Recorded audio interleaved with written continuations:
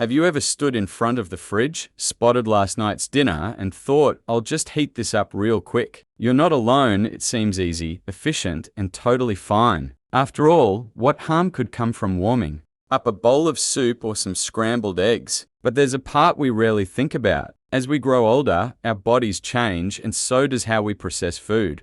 Not every leftover treats us kindly, especially past our 60s. Some meals, when reheated, can slowly drain our energy, disrupt digestion, and quietly trigger inflammation in our joints or even cloud our memory. It's not something that hits all at once. It builds up, and you deserve to know how to protect yourself. That's why today I'm sharing 6 foods, 3 that become even better when reheated properly, and 3 others that you might want to stop reheating altogether, starting now. This isn't about strict rules or scaring you. It's about honoring your body with the care it's earned. And at the end of this video, I'll also tell you about one seemingly innocent food that could be weakening your legs and messing with your focus every time you reheat it. So stick around. And if you're finding value in this or learning something new, leave a comment below. Just type happy to let me know you're here. And if you haven't yet, hit that subscribe button for more Health Hub content designed with your well-being in mind. Now, let's begin with a warm, familiar favorite that quietly supports your health, a simple breakfast bowl that might be doing more good than you realize. Let's talk about oatmeal. There's a special kind of comfort in starting your day with something warm and nourishing. For many people, that means a bowl of oatmeal. Maybe it brings back childhood memories, or maybe it's just become a soothing routine. But here's the surprising part: when you cook oats, let them cool, and reheat them the next day, they don't lose their benefits, they actually gain more. Especially for digestion, blood sugar control, and sustained energy. Here's what happens: as oatmeal cools, the structure of its starch transforms. It turns into what scientists call resistant starch. That might sound technical, but all it means is the starch doesn't break down quickly like regular carbs. Instead, it travels to the large intestine, where it feeds beneficial gut bacteria. These bacteria play a quiet but essential role in keeping you regular, reducing inflammation, and supporting immunity, all of which become more crucial with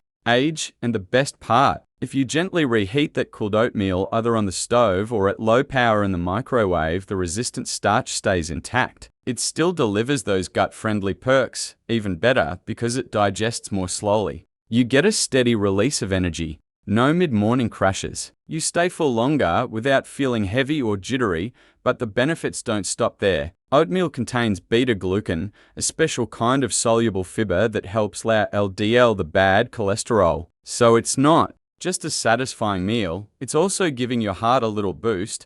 I remember Harold, he's 68 and used to skip breakfast or just grab toast. He started reheating oatmeal with banana slices and a spoonful of peanut butter. Within weeks, he noticed he wasn't as tired mid-morning and didn't crave that second cup of coffee. These small changes matter. Here's a tip: make a larger batch of oatmeal at the start of the week, portion it out in small containers, and reheat 1 serving each morning. Toss in some cinnamon, frozen berries, or chopped walnuts. These add antioxidants, healthy fats, and natural sweetness. No sugar needed. Just remember, how you reheat matters. Don't blast it on high in the microwave. Low and slow works best. Stir in a splash of water or milk to keep it creamy and gentle on the stomach. Your gut will thank you, and so will your energy levels and mood. Now that we've had breakfast, let's move on to something equally warm and comforting and just as beneficial. Let's talk about vegetable soup. Soup is more than just food. It wraps around you like a soft blanket, especially during quiet afternoons. For many older adults, a warm bowl of vegetable soup brings back memories of home,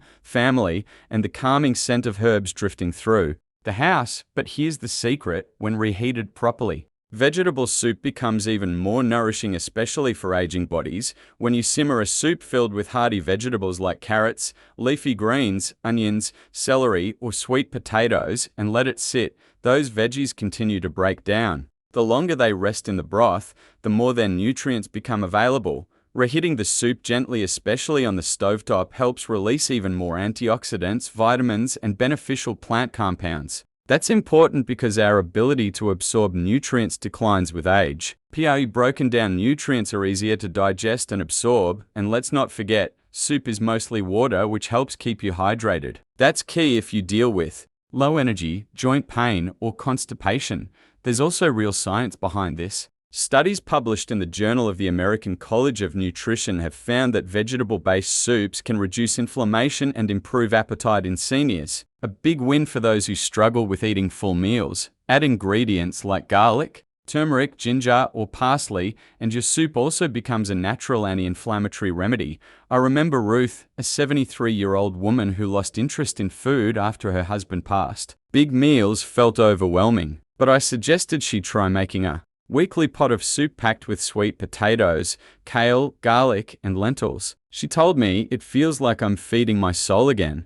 More importantly, she stopped losing weight, slept better, and felt less stiff in the mornings. Emotionally, soup just makes sense. It doesn't lose its warmth or comfort when reheated. In fact, it often tastes richer, with deeper flavors and more aromatic herbs. It doesn't rush you. It doesn't demand heavy chewing or tough digestion. It waits gently. One last tip, if you're storing soup, use glass containers and reheat slowly on the stove or at low heat in the microwave. Avoid plastic heat can draw out unwanted chemicals. And don't let it boil aggressively. A soft simmer is all you need. Think of it as waking up a memory, something gentle that still has wisdom to offer. Now, if soup feeds the soul, the next food provides the foundation. It's humble, overlooked, and more powerful than most people realize, especially when brought back to life the next day. Let's talk about brown rice. Brown rice isn't flashy. It doesn't steal the spotlight or explode with flavor. But don't underestimate it. This quiet grain holds a kind of strength aging bodies need, especially when it's been cooked,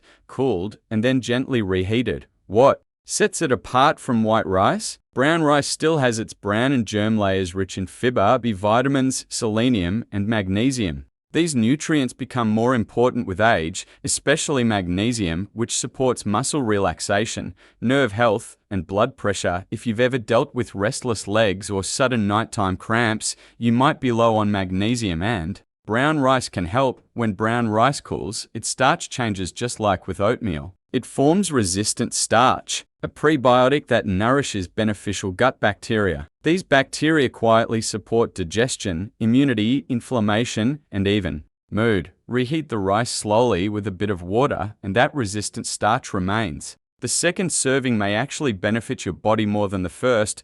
Tom, a 74-year-old widower, once told me he rarely cooked because it felt pointless cooking just for himself. But he started making a pot of brown rice twice a week, storing it in the fridge and reheating it with lentils, soft vegetables, or just herbs and olive oil. "It's not exciting," he said, "but it makes me feel steady." That's the strength of brown rice. It doesn't ask for attention, it quietly supports your body from the inside out. Another bonus? It helps manage blood sugar. For seniors with type 2 diabetes or insulin resistance, that's a big deal. Unlike processed carbs that spike and crash your blood sugar, reheated brown rice digests slowly and steadily. That means you'll likely experience steadier energy levels, fewer emotional dips, and better control over cravings. You might also notice you're not as drowsy after eating, and your mind feels sharper during the afternoon. But just like with other foods, how you reheat brown rice matters. Avoid zapping it on high in the microwave until it dries out.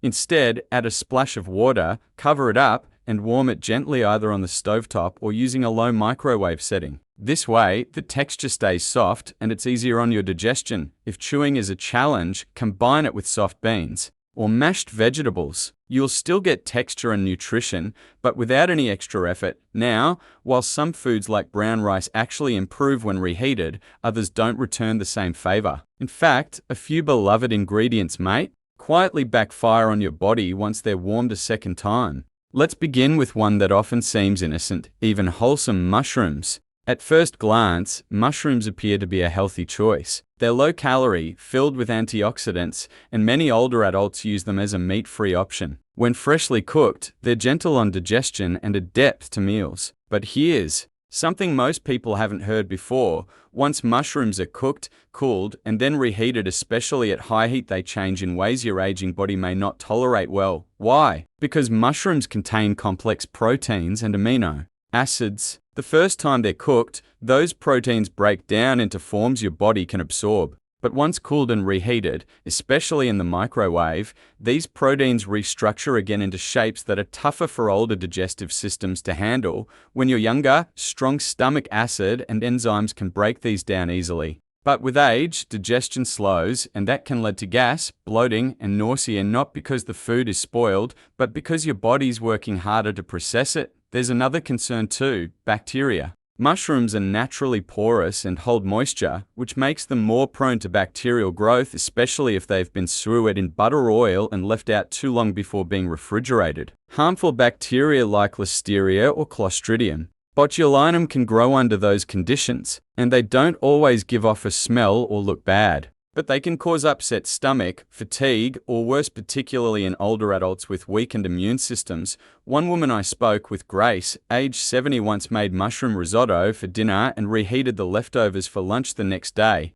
That evening, she felt off bloated, cramping, and dizzy. Her doctor later suggested the culprit was likely the reheated mushrooms. She said, "I never thought mushrooms could cause that. I thought they were the healthy option, and they are when eaten fresh." Another thing to consider is nutritional value. Fresh mushrooms contain powerful antioxidants like ergothioneine, which protect your cells, but these degrade quickly with reheating. So even if you avoid digestive issues, you're not getting the same benefits the second time around. So what's the alternative? Eat mushrooms freshly cooked. If you have leftover dishes that contain mushrooms like pasta or stir fry, consider eating them cold the next day, perhaps as a chilled salad or sandwich filling. Or better yet, make just enough for one meal. It's a small adjustment, but it could save you from unnecessary discomfort. Now, if mushrooms can turn against your digestion when reheated, the next food might be even more surprising. Let's talk about eggs. It's a breakfast staple that many people rely on daily, but when warmed again,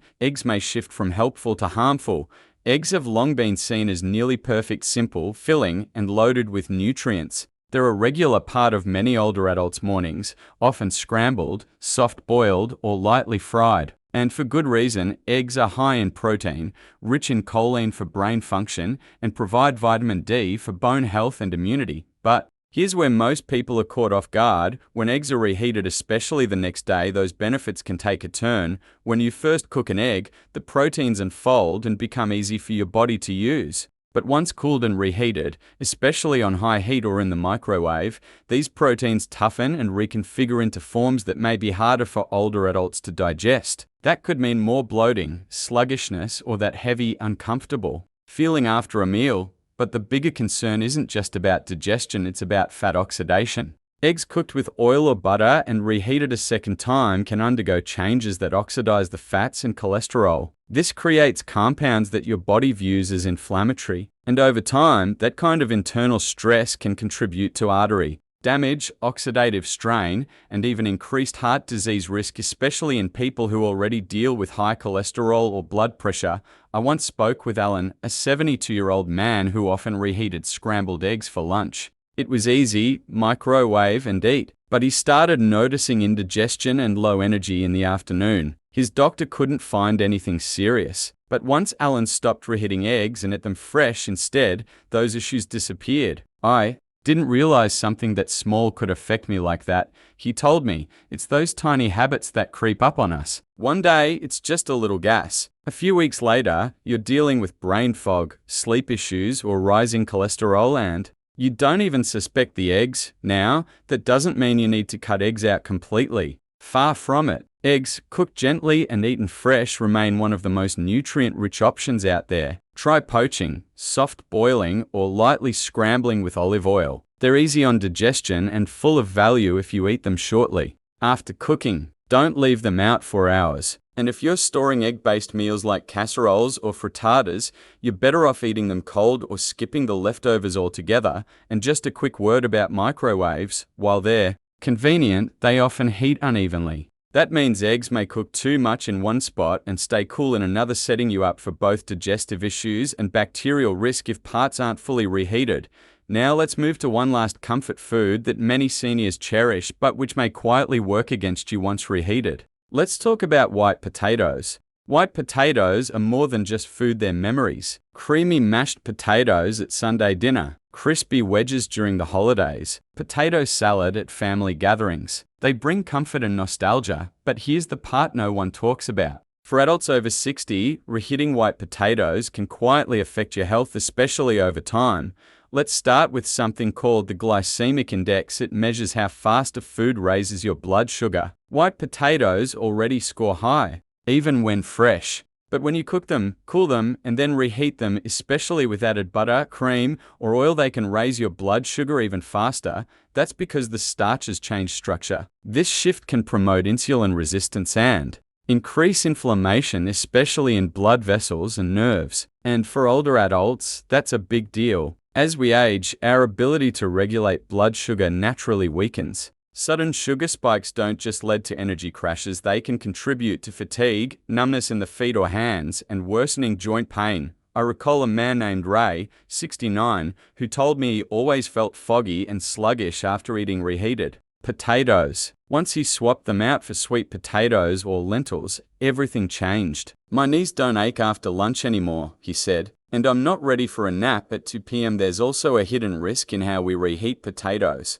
Many people use plastic containers in the microwave, but certain plastics can release chemicals like BPA when heated, linked to hormonal disruptions and cardiovascular problems. So now you've got starches that spike blood sugar and encourage inflammation, and you might also be ingesting chemicals that interfere with your heart and hormones. And here's the frustrating part: reheated white potatoes don't offer much in return. Unlike sweet potatoes, they lack fiber, antioxidants, and anti-inflammatory compounds. They fill you up, but they don't fuel your health. Does that mean you can never enjoy white potatoes again? Of course not. Just enjoy them fresh in smaller portions and paired with fiber or protein to blunt the sugar spike. And when you're faced with leftovers, ask yourself, is reheating that side dish worth how you'll feel later? Or is there a better option your body would thank you for? Not every leftover deserves a second chance, especially when your well-being is at stake. At this stage of life, every bite matters. What you reheat can either strengthen you or slowly wear you down. The good news? You have the power to choose.